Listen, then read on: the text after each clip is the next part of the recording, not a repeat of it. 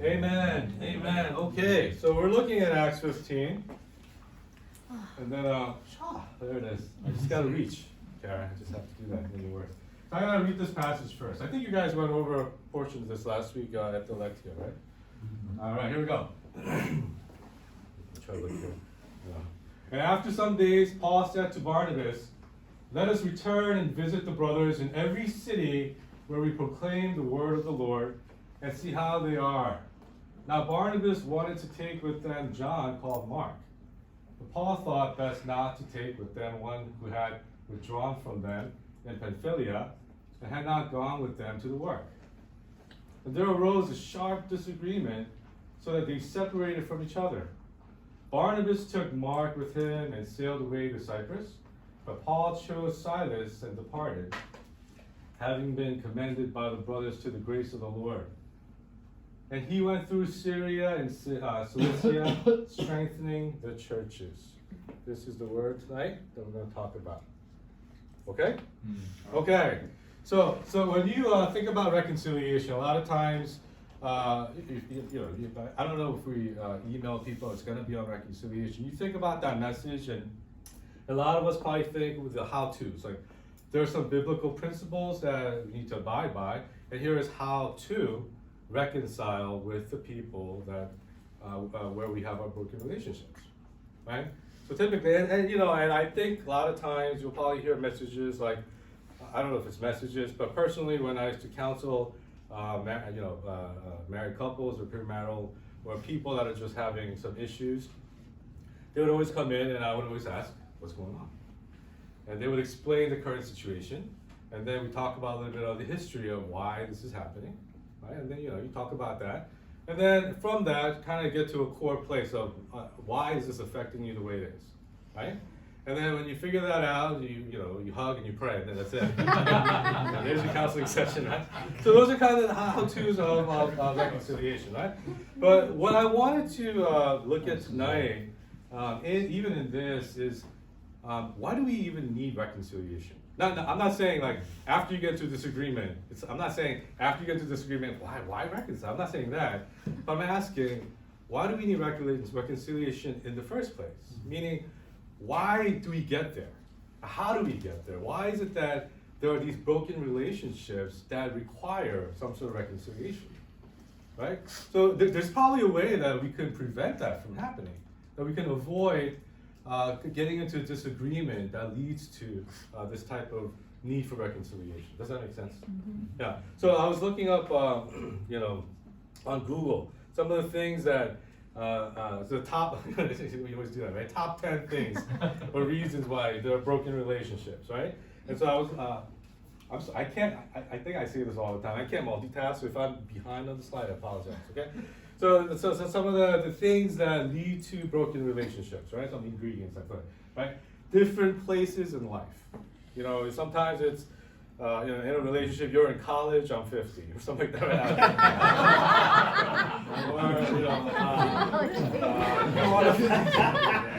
Sorry. You want a family, I want to focus on my career, right? So like different places in life could kind of separate or, create a broken relationship in people. Sorry about that. You can edit that out if you're recording, okay? Or compatibility issues, right? I like to go party. You like to stay home. This year was the first year my wife and I didn't do anything for New Year's Eve. We stayed home. I was upstairs watching some YouTube TV, right? And she was downstairs watching something else. And then it was like midnight, and she's like, "Happy New Year." I'm texting. Happy New Year. So I went over and I got my kiss. So that was it. And then we went to sleep. It was great. We're so compatible. But you understand what I'm saying. Right? So compatibility issues. You might like one thing, the other person might like something else, and that kind of brings us to a place of broken relationships or differences in priorities, right? Maybe one person is focused on their values, their religious beliefs, another person is not. they're thinking about what do I do today? How do I live a better life for myself? Or things like that, right? So there are some priorities that they have that are different. Or unmet expectations. You know, it's like I thought you'd be this way, but I'm realizing you're not, right? And that happens all the time, doesn't it? Yeah. Right? We don't want to necessarily, but somehow we always put some sort of expectation of someone, and they don't meet up to it, and then that disappoints us, and sometimes that leads us to a break in relationship, right? And when you look at the passage today, Paul and Barnabas are not any different. They had a disagreement and they part ways. But I just wanted to look at some of the verses here with you. Is it okay if I just go back? It's just one slide. Never mind, sorry. Talking out loud, I shouldn't be. Anyway, so when you look at this passage, there's a few things that I wanted to kind of bring to your attention as we talk about this disagreement, right? It tells us, right, the first thing it tells us is that Paul says, hey, let's go and return to all the brothers in every city where we proclaim the word of God. Now, the writer of Acts is Luke, right? And I don't know if Luke understands time, right? Like time. Because here he's talking about this one sentence, I'll get to it, or this statement that Paul makes. But in Luke, on the life of Paul, he covers 14 years of Paul's life in 16 verses. That's Luke, right? So he doesn't really have that kind of a appreciation for time. And so when Paul says this, right, this isn't like they're going to some sort of I'm sorry, was that me? No. Okay, good. All right. It's not like they're going to some sort of a conference, some house of worship or whatever it may be, like Bethel conference for 3 days. That's not what they're doing. When Paul says, let's go back to every city, he's talking about the first missionary journey where it took them 2.5 years to go to every city to talk about Jesus, right? And then Paul is saying to Barnabas here, let's go back. And if you actually do the count, right, it takes them 3 years. This is a 3-year journey that Paul is talking about. And then what does Barnabas say? Yeah. He's like, let's do it again. Let's go back. And so Barnabas says, let's go. I want to go back to every city with you and talk about Jesus and what he's been doing in every city that we visited in our first journey. That's what Barnabas says. But then he says, but let's take with us John Mark. And then if you look at the passage, right, it says this. He says he wants to take John called Mark. And then it says right there, but Paul thought best not to take with them one who had withdrawn from them. So what do we learn from that? John Mark was in that first journey and then he just departed. He left, right? But do you hear the tone here? Paul's like, maybe not. You know what? Let's leave John Mark this time because of what he did last time. But then Barnabas rebuts that, right? And then he says, no, we should really take John Mark. And then Paul says, no, we shouldn't. And then they go back and forth into an argument where they say, fine, I'm going to go this way, you go that way. And if you look at the map, they're basically going 2 points that are completely opposite, right? One's going to the beginning of the ministry from the first journey, and the one's going to the last point, so that they're really far apart, and then eventually they'll come around, right? That's what they're doing. And so they decide that they're going to split, right? And I hear this, and I think about it, and here's a disagreement, and they're going to walk away from each other.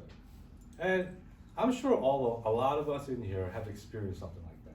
Maybe with our spouse, with our partner, with our coworkers, or maybe even with our friends. But we've experienced some sort of a relational disconnect or a disagreement that it actually breaks us. I have 3 friends. I have 5 friends that I really hang out with. We try to hang out like every month. And then we use birthdays as an excuse to just get together. But out of the 5, there are 3 guys in there that I've known since my junior year in high school. So I guess I've known them for like 30 years, right? So the 4 of us go way back and we hang out. But then years ago, I want to say like maybe 10 years ago, something happened where 2 of the guys basically got into a huge fight. And there was a lot going on, and I don't know exactly what the story is why they got into this huge argument. But the break came when we were on a golf course and one accused the other of stealing a golf cover head, like that. Right?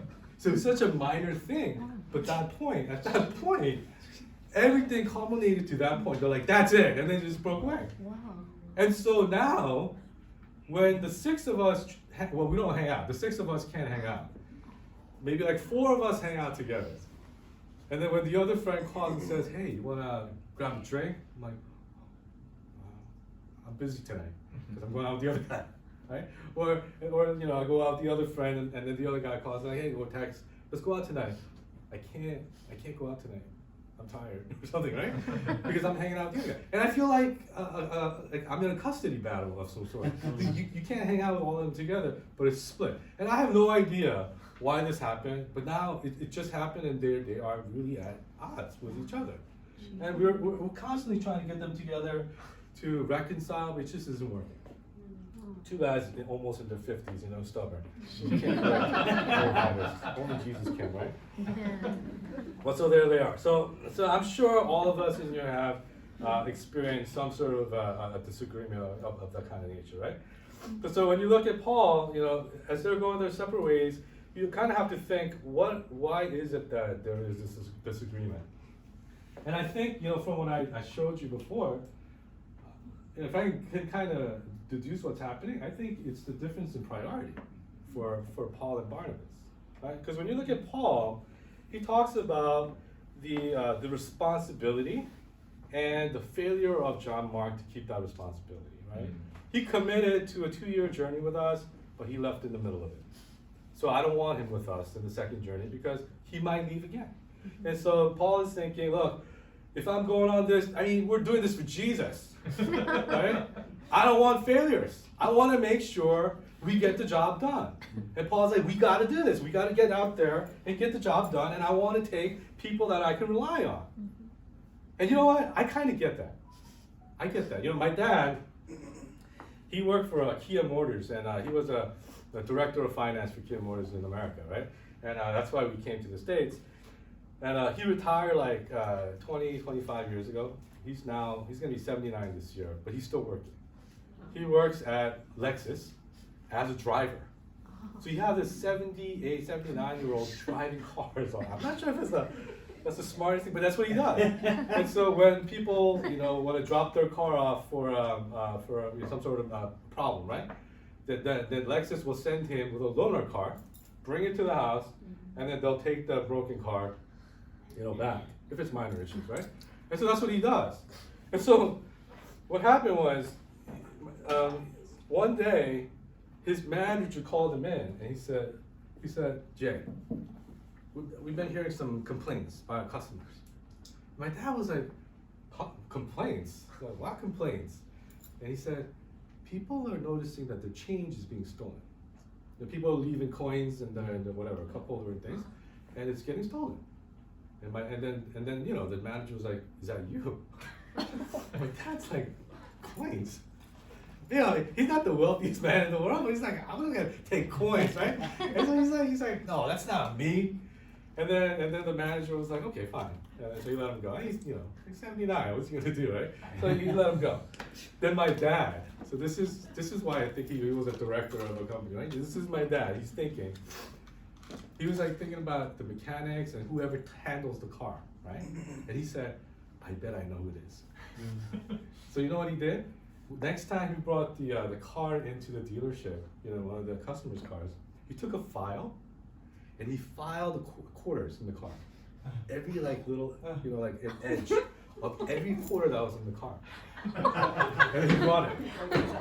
And listen, and the guy that he thought was the thief, he went up to him and said, hey, you think you can make change for $1? And then the guy was like, sure. And he pulled it out, and there it was.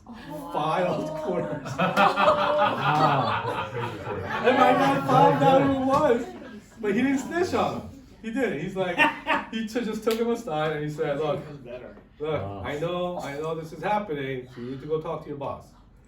And I don't know if the guy did, but he apologized to my dad, right? And I thought to myself, man, if he were in his 30s, I would want him on my team. Right? Because that's the kind of person I would want in whatever job I'm doing, because I know that they're reliable and they're going to be great. Right? That's the kind of guy I want. So I can understand when Paul says, look, John Mark is unreliable. We brought him, and the last time we brought him, he decided he left us. So he's not reliable, right? And so for Paul, I think his priority is to find the best of the best who can do the job and who can do the job well in his journey together. All right? But what about Barnabas? Barnabas, I think, has a very different priority. I think for Barnabas, it was one about grace. It was about grace. It was about loving the person that had failed and giving him another chance. Because Galatians 2, Paul's just like this. Galatians 2 says this, then after 14 years, I went up again to Jerusalem, this time with Barnabas. I took Titus along also. Do you know what this means? Reconcile? No. Oh. No. After 14 years, I went up again. This is when Acts 15 is happening. Oh. But this is the second time, right? I mean, he's going up to Jerusalem. But this passage right here is where the Council of Jerusalem blesses Paul to go out.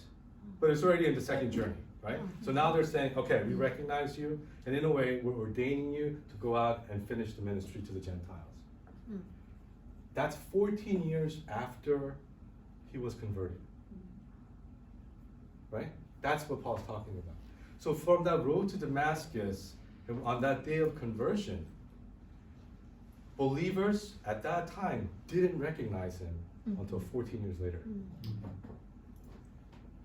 And all through that time, Barnabas was right by his side. Yeah. Through his hardship, through the rejection, through Paul's failures, Barnabas was right there and said, I'm going to be here with you. I'm going to show you my loyalty because of Jesus Christ. And I'm going to take you along on this journey, and I'm going to make sure that you become someone who can be loved by the council and accepted by these brothers so that you can do your ministry. That's Barnabas. And so Barnabas here says to Paul, right in Acts, he says, look, I know that John Mark failed. I get it, but I'm taking him with me. He's coming with us, and if you don't want him, I'm going to take him along, and we're going to do this journey. So I really do. I do believe that for Barnabas, it was one of demonstrating what it means to be merciful and gracious. And I think that's what was driving Barnabas, right? So there they are. You know, I mean, in all honesty, right? Barnabas at any moment in that argument could have been like, dude, I've been here with you. You sucked for 14 years. No one liked you. They thought you were going to kill him. He could have said that, right? But he doesn't.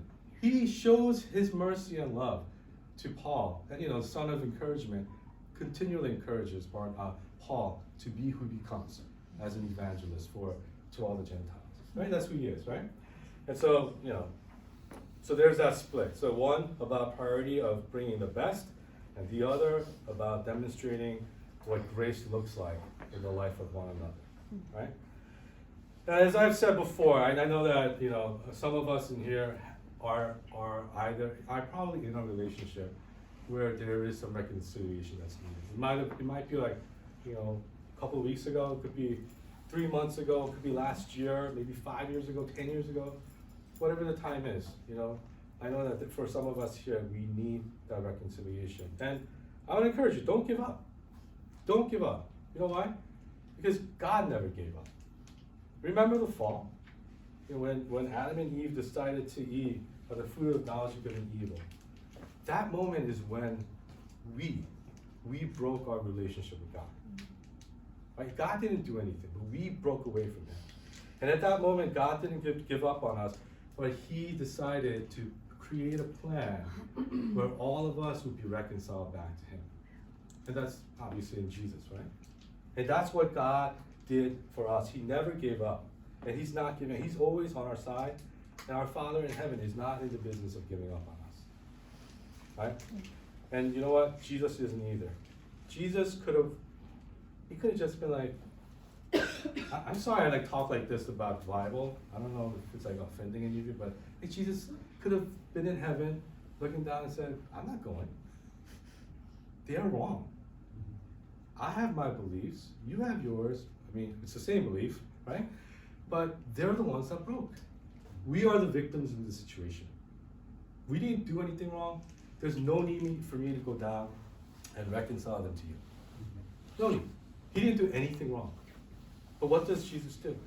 He tells us in Philippians 2:5.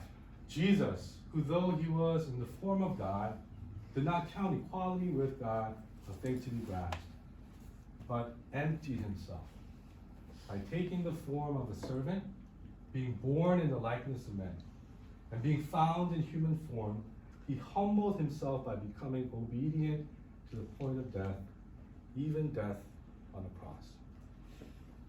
So for Jesus, his heart, desire, that foundation or the ingredients in his heart was one about love, mercy, and grace. That's who he is. And so he leaves everything he has, he comes down to our world and becomes lower than who we are in order to bring us back to our Father in heaven.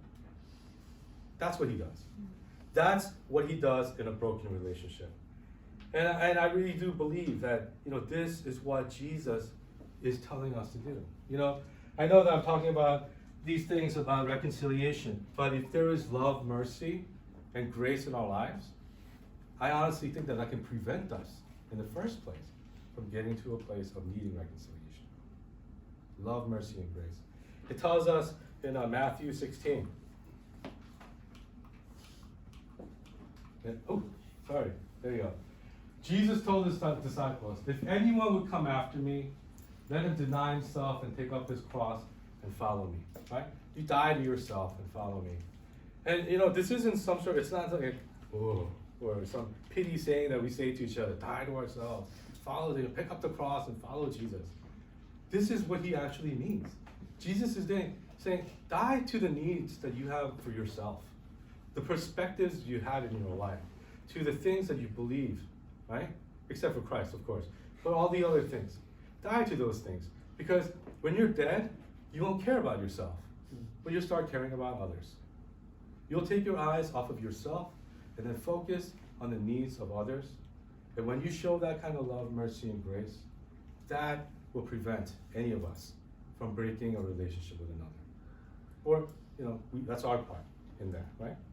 And so that's these are the words that Jesus gave to us, right? And I want you to just take a minute to think about that, If there was mercy, humility, and love, and if that's what your core is right now, how much closer could that be to getting you to a place of reconciliation with the ones that are broken right now, in a broken relationship with you? How much closer can you get there, right? And so finally, I wanted to just talk about a little bit more about Paul and Barnabas. They do wind up reconciling, right? They do.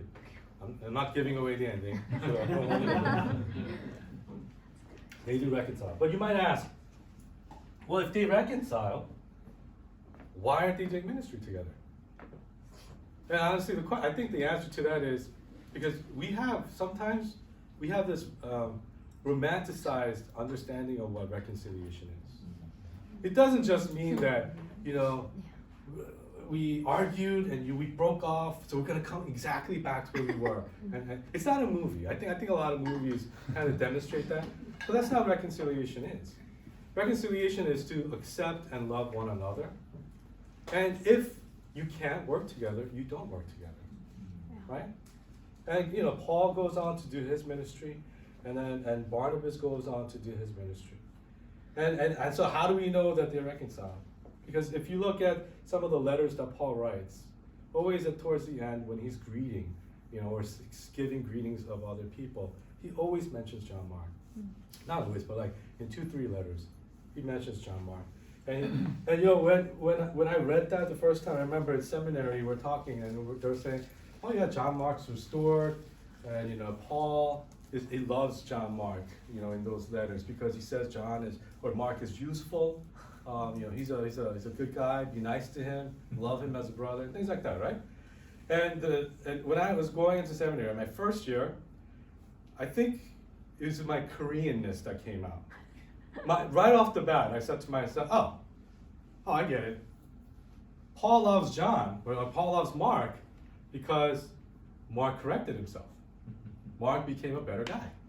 He was more reliable. He stopped leaving or deserting in these moments, these important moments, and he became somebody reliable. That's why. And I said that to my roommates. They were like, no. Two white guys, what do they know? Right? But then they explained to me. They were like, no, it's not about that. It's that Paul was on a journey, and he became more like Jesus towards the latter portions of his life. Yeah.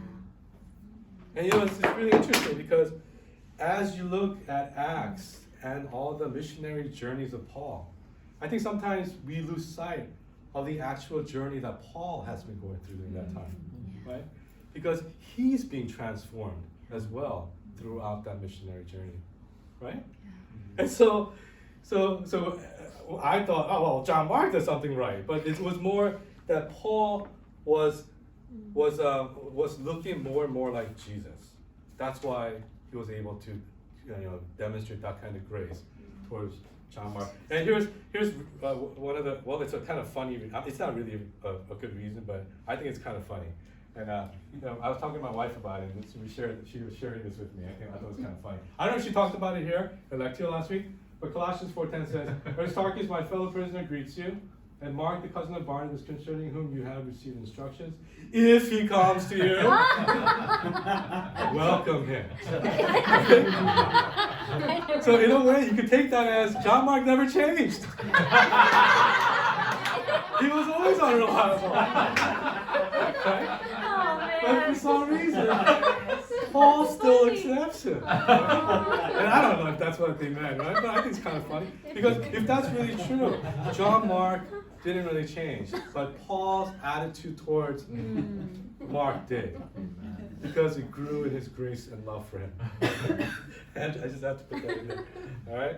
So then there you go. So if as I mentioned, right, it's really a journey of Paul himself, and not just the missionary journeys that he went on, right? But what do we learn? What else do we learn from from Barnabas? My wife was saying,